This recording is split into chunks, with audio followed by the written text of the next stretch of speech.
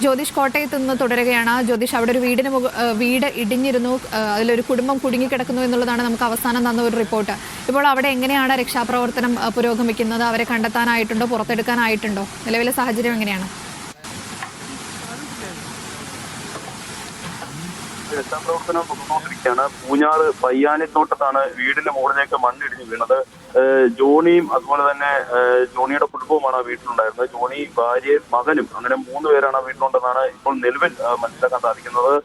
രക്ഷാപ്രവർത്തനം തുടർന്നുകൊണ്ടിരിക്കുകയാണ്. ഇവരെ പുറത്തെത്തിക്കാനുള്ള അത്തരത്തിൽ ഗുരുതരമായ ഒരു സാഹചര്യം തന്നെയാണ് പൂഞ്ഞാറ് പയ്യാനിത്തോട്ടത്ത് ഉണ്ടായത്. അതുപോലെ തന്നെ എടുത്തു പറയേണ്ടത് ഈ ജില്ലയുടെ ഭാഗത്ത് 3 ഇപ്പോൾ ഈ ഉരുൾപൊട്ടൽ ഉണ്ടായെന്നായിട്ട് റിപ്പോർട്ട് ചെയ്യുന്നു. അതിൽ ഒന്ന് കുട്ടിക്കൽ പഞ്ചായത്തിലും കൊക്കയാർ പഞ്ചായത്തിലും 3 ലെവലും ഉരുൾപൊട്ടൽ ഉണ്ടായതായാണ് റിപ്പോർട്ട്. അതിൽ നിലവിൽ ഈ 3 സ്ഥലങ്ങളിലെ ആളപായങ്ങളൊന്നും തന്നെ റിപ്പോർട്ട് ചെയ്യപ്പെട്ടിട്ടില്ല എന്നാണ് ഇപ്പോൾ മനസ്സിലാക്കാൻ സാധിക്കുന്നത്. പക്ഷെ എന്നാൽ പോലും പല നാശനഷ്ടങ്ങളും ഉണ്ടായിട്ടുണ്ട്. വീടിന്റെ മുകളിലേക്കൊക്കെ വെള്ളം ഒലിച്ചിറങ്ങി വന്നൊരു സാഹചര്യമുണ്ട്. അതുപോലെ തന്നെ ഞാൻ നേരത്തെ സൂചിപ്പിച്ച പോലെ ഈ പ്രദേശത്തേക്കുള്ള ഗതാഗതം ആകപ്പാടെ തടസ്സപ്പെട്ട് നിൽക്കുകയാണ്. അങ്ങോട്ടേക്ക് എത്തിപ്പെടാനുള്ള ഒരു ബുദ്ധിമുട്ടും രക്ഷാപ്രവർത്തനത്തിന് അതുപോലെ തന്നെ ഈ ജില്ലാ ഭരണകൂടത്തിന്റെ ഭാഗമായിട്ട് എത്തുന്ന ആളുകൾക്കൊക്കെ ഉണ്ട്. അതെല്ലാം തന്നെ ഉണ്ട് പ്രദേശത്ത്.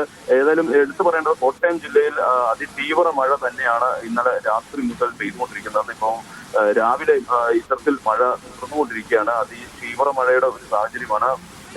ജില്ലയിലെ പല ഭാഗത്തും ഈ പറഞ്ഞ മലയോര മേഖലയിലെ പല ഭാഗത്തും വൈദ്യുതി തടസ്സപ്പെട്ടിട്ടുണ്ട്. പലയിടത്തും മണ്ണിടിഞ്ഞ് വീണിട്ടുണ്ട്. അപ്പം അത്തരത്തിൽ വലിയ തോതിലുള്ള ഒരു ദുരിത സാഹചര്യത്തിലേക്കാണ് ജനങ്ങൾ എത്തിയിരിക്കുന്നത് പറയണം. പ്രത്യേകിച്ച് എടുത്തു പറയേണ്ടത് ഈ പറഞ്ഞ പോലെ പൂഞ്ഞാറ്, അതുപോലെ തന്നെ മുണ്ടക്കയം, ഈരാറ്റുപേട്ട, പാല തുടങ്ങിയ ഇത്തരത്തിലുള്ള മലയോര മേഖലകളിലൊക്കെയാണ് ഇത്തരത്തിൽ ഒരു പ്രളയ സമാനമായ സാഹചര്യത്തിലേക്ക് കടന്നിരിക്കുന്നത്. എരുമേലി വലിയ അമ്പലമുറ്റത്ത് വെള്ളം കയറിയതായിട്ട് റിപ്പോർട്ട് ചെയ്യപ്പെടുന്നുണ്ട്. പ്രത്യേകിച്ച് എടുത്തു പറയേണ്ട ഈ പറയുന്ന മുണ്ടക്കയത്തെ കോസ്വേ 2018 പ്രളയത്തിൽ ഈ കോസ്വേ മുങ്ങിയിരുന്നു. ആ ഒരു സാഹചര്യത്തിലേക്ക് തന്നെയാണ് ഇപ്പോൾ കാര്യങ്ങൾ നീങ്ങിക്കൊണ്ടിരിക്കുന്നത്. ഇത്തരത്തിൽ രൂക്ഷമായ അല്ലെങ്കിൽ മഴ അത്ര തീവ്രമായി തന്നെ പെയ്യുകയാണെങ്കിൽ അതേ സാഹചര്യത്തിലേക്ക് പോകുമെന്നാണ് ജില്ലാ ഭരണകൂടത്തിന്റെ വിലയിരുത്തൽ. പക്ഷെ അതിനു മുമ്പ് തന്നെ ഈ ജനങ്ങളെല്ലാം തന്നെ ഒഴിപ്പിക്കാനും ആ പ്രദേശത്തു നിന്ന് മാറ്റി താമസിപ്പിക്കാനുമുള്ള രീതിയിലേക്കാണ്, കാര്യങ്ങളിലേക്കാണ്, രക്ഷാപ്രവർത്തനത്തിലേക്കൊക്കെയാണ് ഇപ്പോൾ ജില്ലാ ഭരണകൂടവും അതുപോലെ തന്നെ ദുരന്ത നിവാരണ അതോറിറ്റിയും എല്ലാം തന്നെ കടന്നിരിക്കുന്നത്. മണിമലയാറും അതുപോലെ തന്നെ ഈനസിലാറും രണ്ടും കര കവിഞ്ഞ് ഒഴുകുന്ന ഒരു സാഹചര്യമാണ്. ഈ പറഞ്ഞ തീക്കോയി എന്ന സ്ഥലത്തും മണ്ണിടിച്ചിലുണ്ടായതായിട്ട് റിപ്പോർട്ടുണ്ട്.